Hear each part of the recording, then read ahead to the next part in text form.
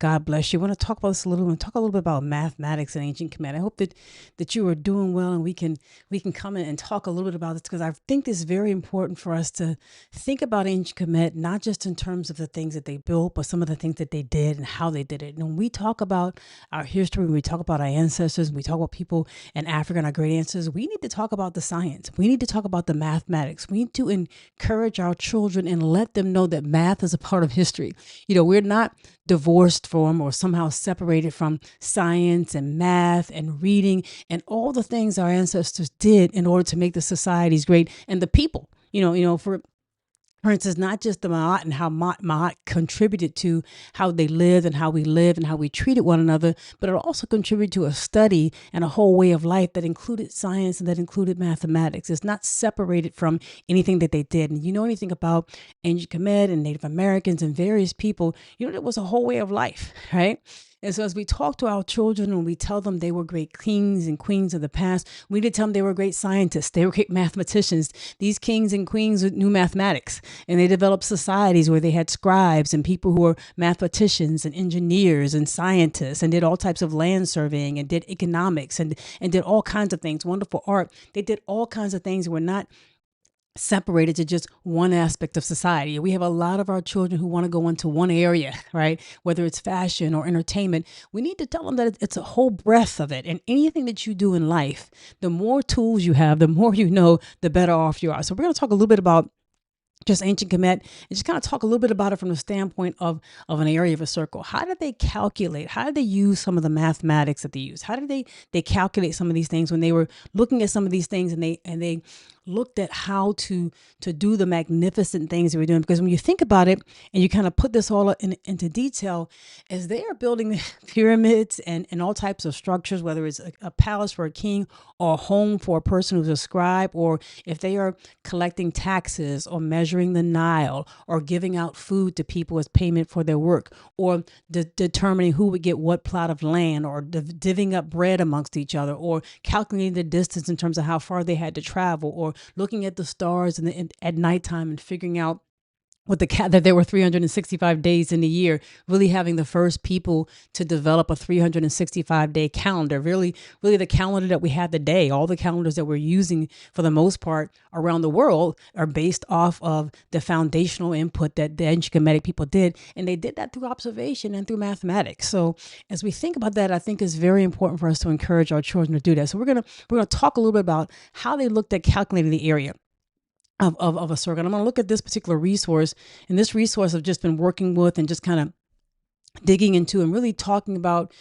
some things that I found and that you can read in the Rhine Mathematical Papyrus. You're probably familiar with that. You know that there are several mathematical papyruses that were found, and many of them you may find them in either like the second intermediate period, around the Hyksos period, or the second intermediate period in the New Kingdom. But they often say that they were copies of something that was from much earlier. So obviously, if you found something in 1650 BC, that wasn't the first time they used math, right? You can go all the way back to the Old Kingdom and beyond, even, Dynasty 0, where you see them utilizing numbers and mathematics. And I don't know of a civilization or a society that can exist that doesn't use math. So when you think about that, even you think about ancient Africa, tens of thousands of years ago, if you look at things like Nabta Playa or even beyond Nabta Playa, if you have societies together, if you have people walking and working and living together in some kind of way, they're going to use math.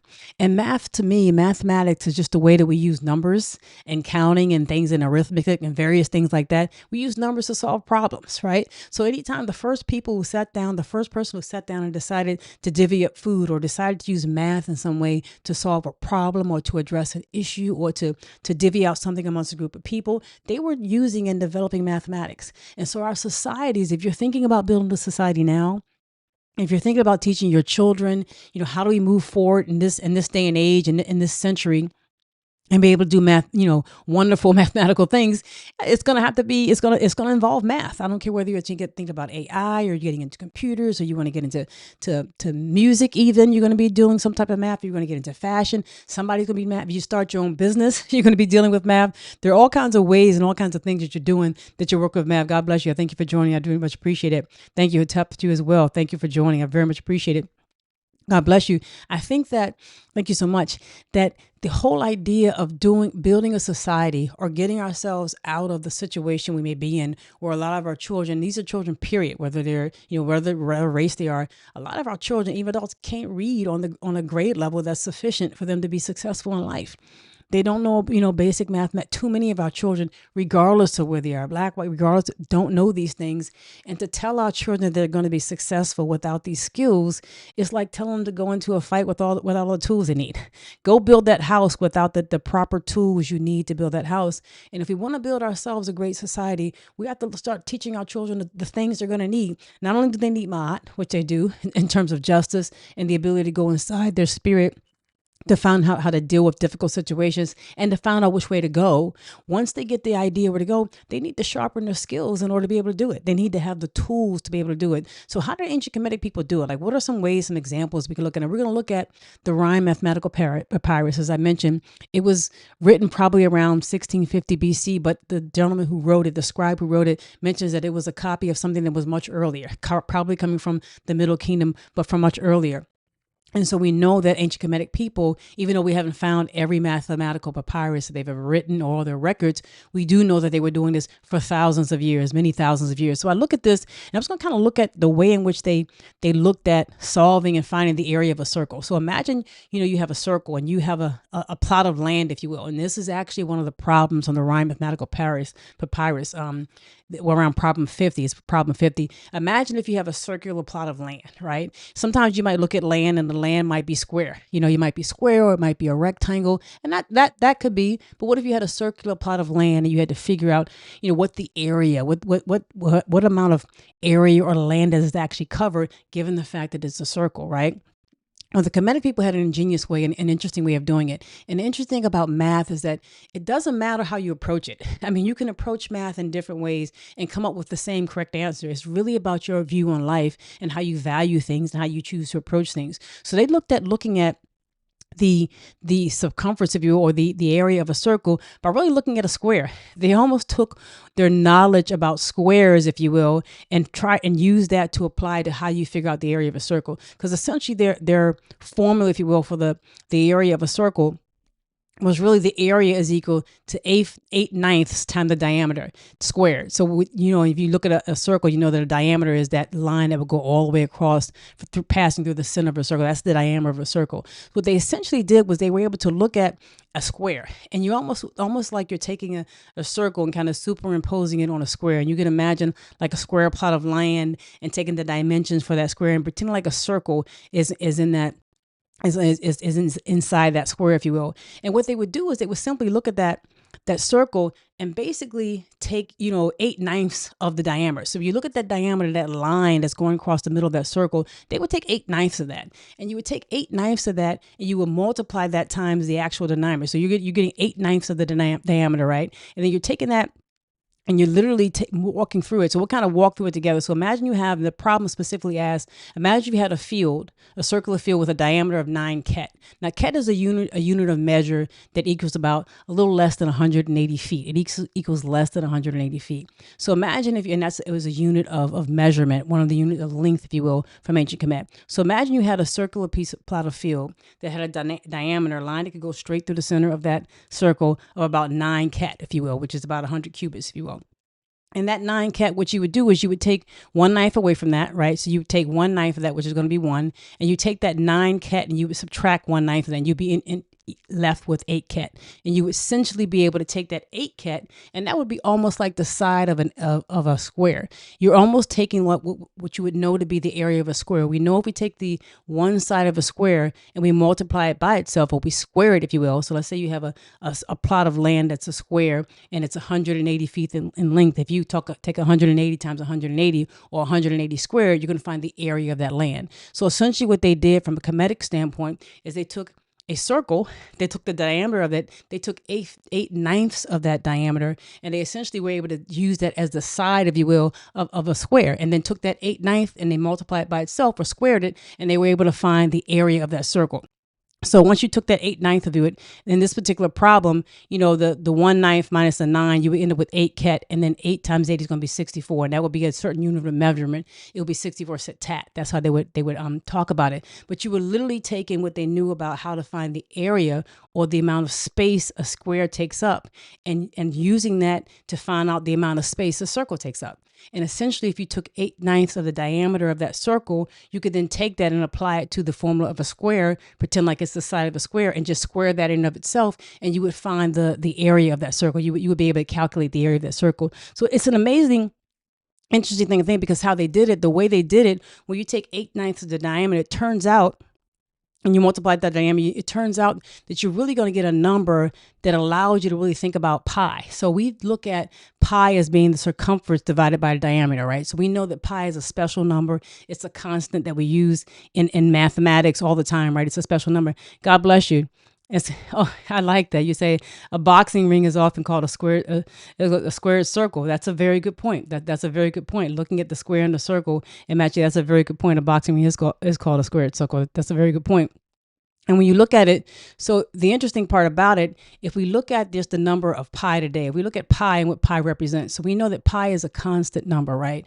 It is something that when you take the circumference of a circle, go all the way around, you divide it by the diameter, you're going to get this 3.14159. It's going to go on forever, but this is going to be something that you find with any circle. If you look at its circumference and you figure out the pi and you divide it by the diameter, you're going to figure out its pi, and you're going to get this 3.14159 number that kind of goes on forever, if you will. But the Kemetic people, in the formula that they use, essentially used for finding the area of a circle, really took that whole area right here, and it took 8/9 of the diameter, right? And if you took diameter and you substituted for 2 times the radius, which is what it is, you'd end up getting 16/9 r squared, right? So that 16/9 will be the same thing as 256/81.